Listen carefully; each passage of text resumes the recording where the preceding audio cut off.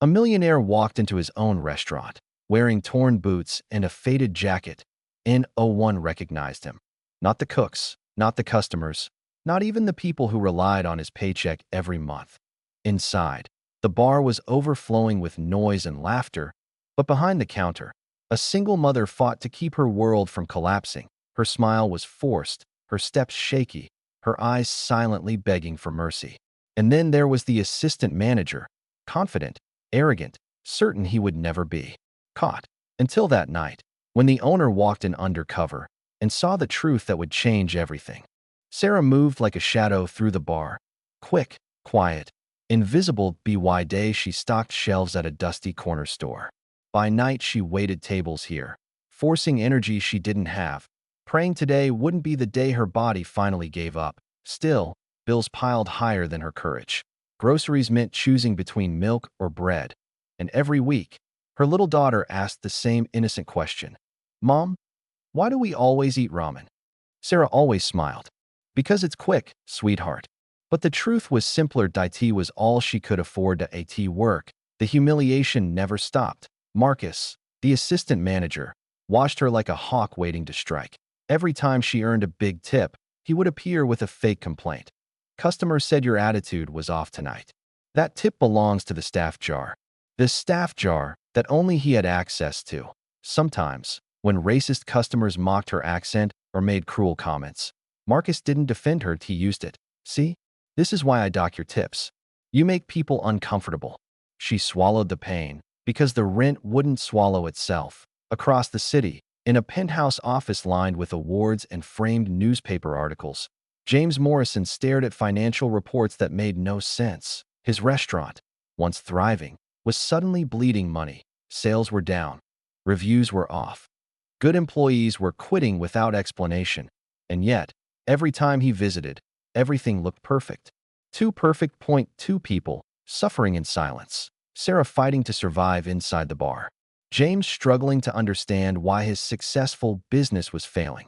Neither of them knew they were walking toward the same truth, or how deeply their lives were already connected. James Morrison had built his empire from a rusty food truck and a borrowed $20 bill. He took pride in seeing people eat, laugh, and feel safe under his roof. But lately, something was wrong, terribly wrong.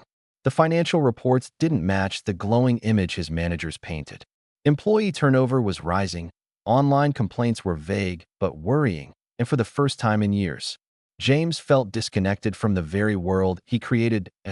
He made a decision no CEO handbook would ever recommend. He folded his expensive suit, put away his designer watch, and became someone else. Jake Miller, age 41. Former construction worker, newly unemployed, desperate for a job that he practiced the story in the mirror, roughening his voice, letting his posture slump.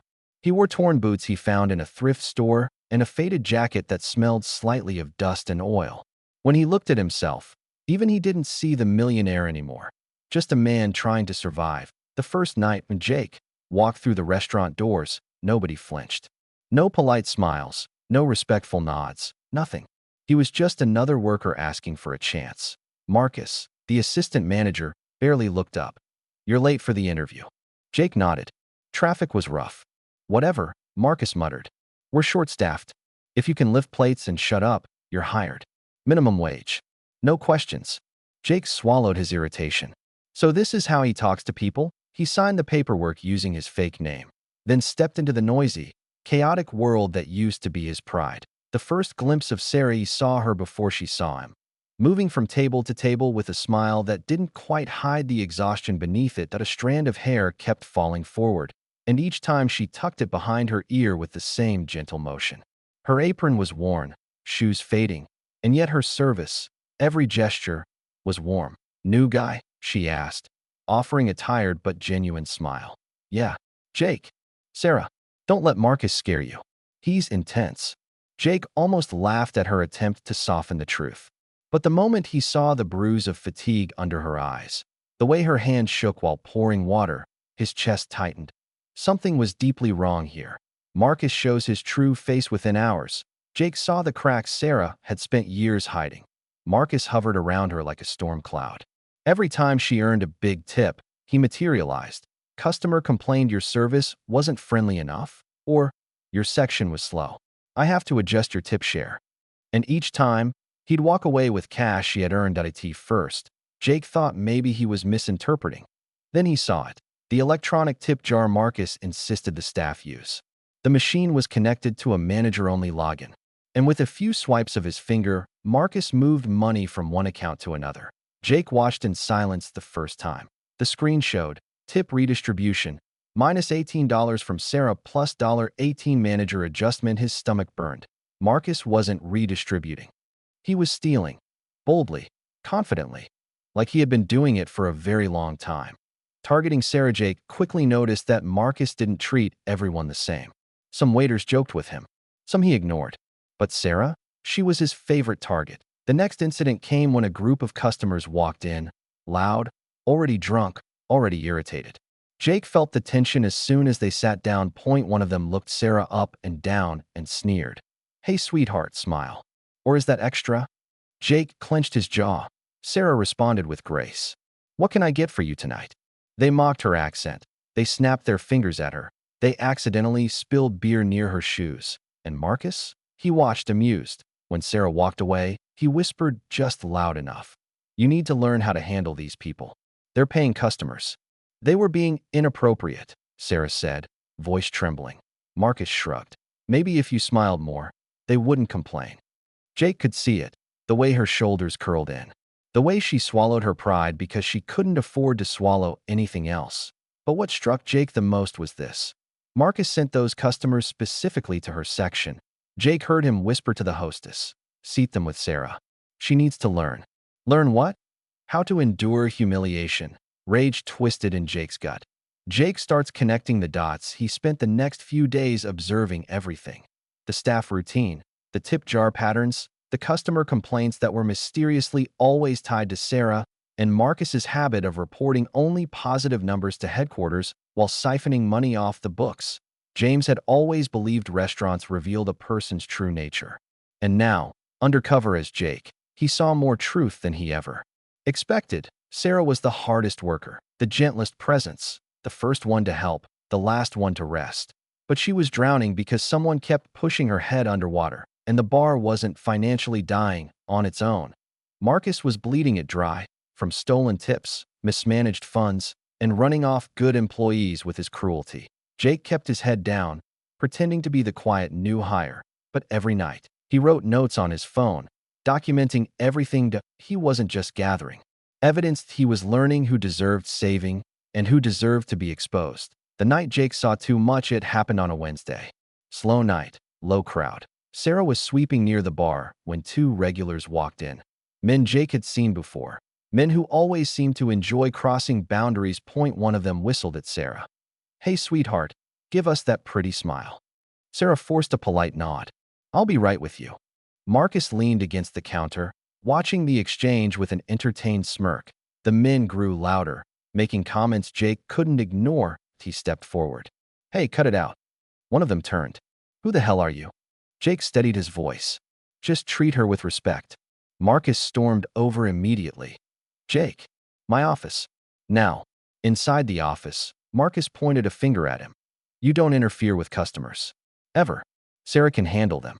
"She shouldn't have to," Jake said quietly. Marcus narrowed his eyes. "You're new. Don't act like a hero. I run this place, got it?" Jake looked around the tiny office, stacks of suspicious cash envelopes, a drawer full of receipts that didn't match the books, a laptop open to the tip management screen. His heart hammered that he saw everything, every secret, and Marcus saw Jake seeing it. Something shifted in the room, a thread unspoken, but clear. Jake walked out thinking only one thing. This wasn't just mismanagement, IT was exploitation, IT was racism, IT was theft, and it was personal, because now, he had seen exactly how Sarah suffered. And he wasn't going to let it continue. Not as Jake. Not as James Morrison. Not as any version of himself. The truth was no longer hiding, IT was waiting, growing, ready to explode. The storm had been building for weeks. Quiet, invisible, sitting behind Sarah's tired smile, like a shadow refusing to leave. But Jake felt it every night. The way her shoulders sagged a little more.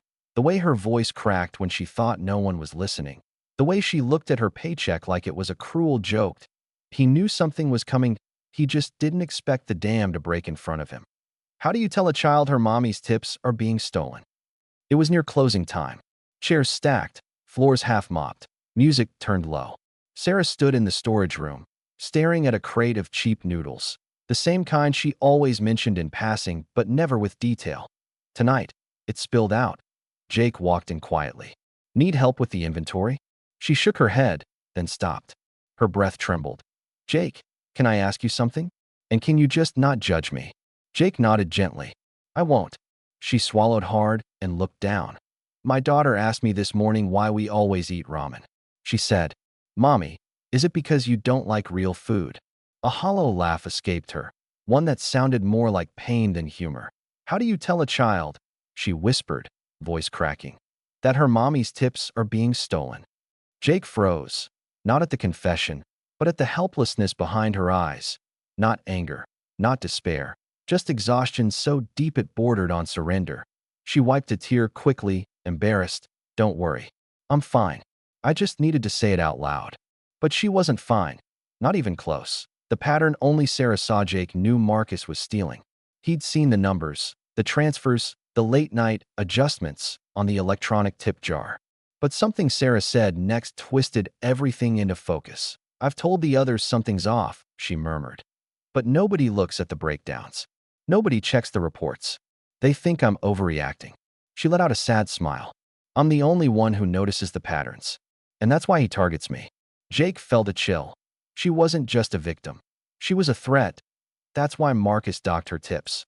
Why she got the worst customers. Why she got written up for things nobody else did. She was the one person smart enough and brave enough to question the system. And Marcus couldn't allow that. For the first time since going undercover, Jake felt fear, not for himself, but for her. If Marcus realized Sarah was onto him, he wouldn't just take her money, he would take her job, her only lifeline. Jake starts gathering evidence that night. When the restaurant finally emptied, Jake stayed behind pretending to clean the bar. Marcus entered the office, logged into the tip system, and began his nightly routine. Jake watched from outside the half-closed door. The screen displayed dozens of adjustments. $15 from Sarah, $22 from Sarah, $31 from Sarah, dozens every night. Hundreds per week. Thousands per month. Jake pulled out his phone. He didn't zoom in. He didn't move. He didn't make a sound. He simply recorded 20 minutes of Marcus skimming thousands of dollars, transferring them to manager discretion funds that didn't exist in the company's system. Jake's stomach turned. This wasn't just petty theft. This was embezzlement. But it wasn't enough. He needed more. Something that proved motive. A reason Marcus chose Sarah as his favorite target. And Jake found it the next evening. The audio that changed everything. The restaurant was buzzing. Friday rush. Voices loud, dishes clinking, bartenders shouting orders. Amid the chaos, Jake saw Marcus cornering a hostess, Lily. She was young, new, and terrified of him. Jake turned away, wiping a table, but his phone was recording inside his apron pocket. Marcus leaned in close to Lily. You seat the difficult customers with Sarah, right? Lily hesitated. Ah, yes. Like you said. Good. Marcus smirked. People like that keep her in line. She's too smart for her own good. Needs reminders about her place. Lily looked horrified. But they're racist. They make awful comments. Marcus shrugged with a laugh. That's the point. When they complain about her, I can dock her tips. She backs off when she's scared. Fear is the easiest way to control her. Jake nearly dropped the glass he was holding. There it was, the confession, the motive, and the cruelty laid bare. Marcus wasn't just a thief, he was an abuser, weaponizing racism, exploiting power, orchestrating humiliation like it was policy. Jake stepped away, pretending to grab a tray, heart pounding with fury. He transferred the audio to a secure folder, then backed it up. Twice he had what he needed. The breaking point comes harder than expected, but the universe has a strange way of testing people. Right when they think they're strong enough. 2 days later, Sarah arrived late. Rare for her. Eyes red, hands shaking. Jake rushed over. Hey, what's wrong? She swallowed. My electricity got cut this morning. I thought I paid enough last month, but with the missing tips, her voice broke again. Jake wanted to tell her everything. That she wasn't crazy. That the theft was real, that he had proof, that she wouldn't suffer much longer. But the plan wasn't ready. He had to expose Marcus legally, formally, without giving him time to cover his tracks. So he placed a gentle hand on her shoulder. "You're not alone. I promise." She nodded, not fully believing him, but too tired to argue. Marcus crosses the final line that night. Jake witnessed the moment Sarah hit her true breaking point. The moment something inside her cracked, not loud, but sharp and painful. That a family of four walked in. Seemed nice at first, but midway through the meal, the father called Sarah over and said, "You people always rush things. Can't you just slow down and listen?" Jake's blood boiled instantly. When Sarah apologized softly, the man rolled his eyes dramatically. "I'm talking to you, not your attitude." Jake moved toward them, desperate to intervene, but Marcus appeared like a vulture. "Is there a problem?" The father said, "Your waitress is rude. We want the service charge removed." Marcus didn't even look at Sarah. "Of course. I'll deduct it from her tip." Sarah whispered, "But I didn't." Marcus snapped, "One more word, and you're written up." Something inside Sarah collapsed. Jake saw it happen. Her hands trembled, her breathing shook, her eyes glossed with humiliation she didn't deserve. She walked away silently, too tired to fight, too beaten to defend herself. Jake's heart shattered. He had watched enough. He had recorded enough. He had endured enough. Marcus thought Sarah was weak, but she was the strongest person in that building.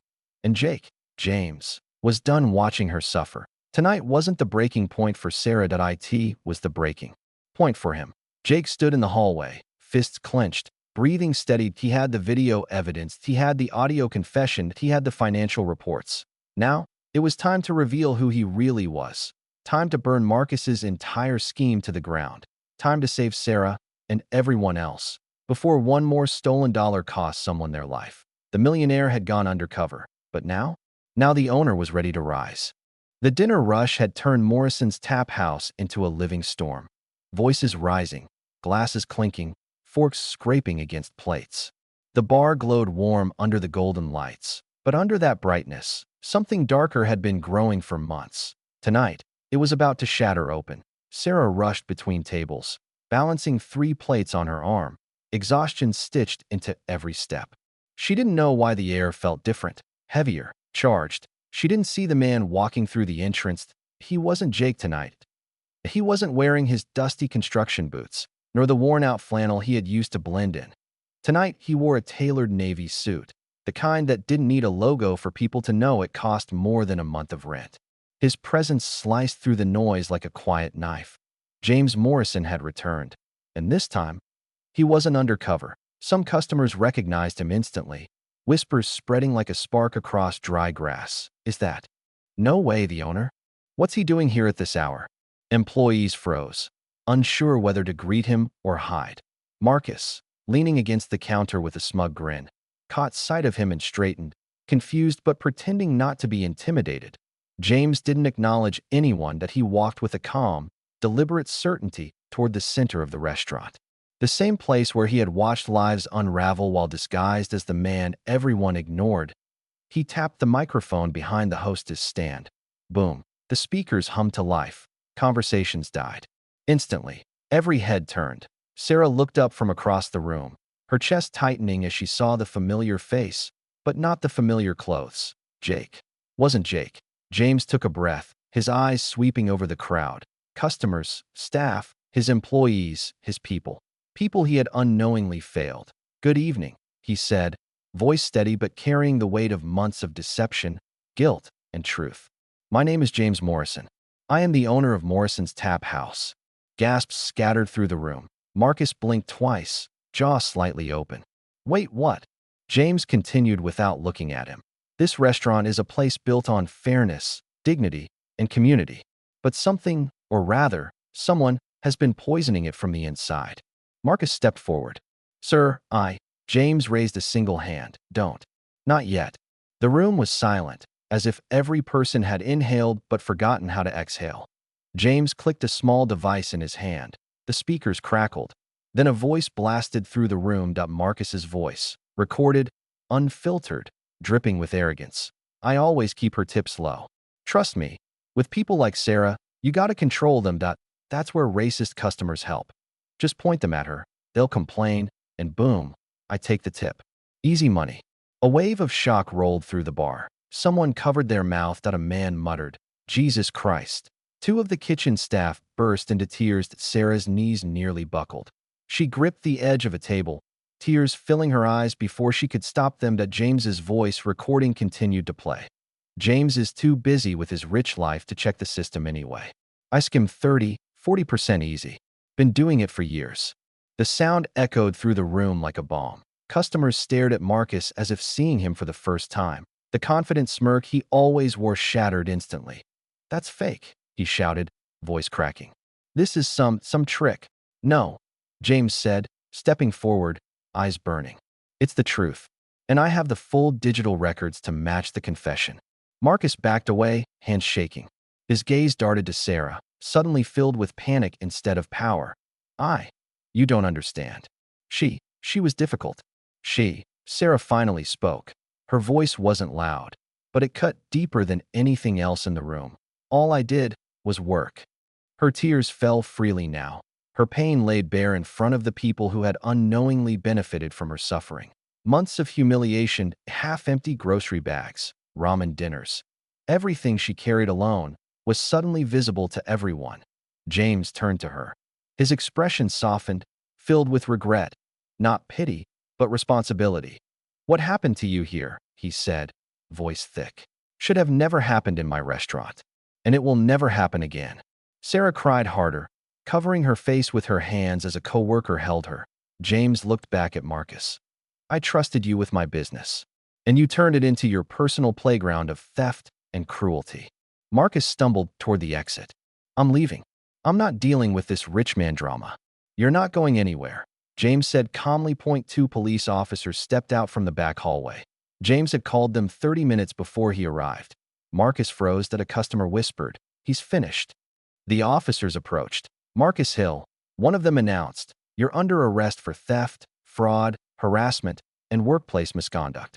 Marcus tried to step back, but they grabbed his arms, twisting them behind him with precision. "No. Wait. Listen. This is overreacting. You stole thousands," James said sharply.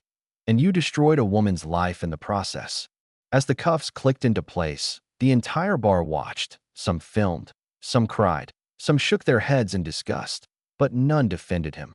Marcus was dragged past the bar he once ruled like a tyrant, now reduced to a small, broken man, shouting desperately at a world that no longer cared. When the officers pulled him out the door, James finally turned back to the stunned room. That he took the mic again.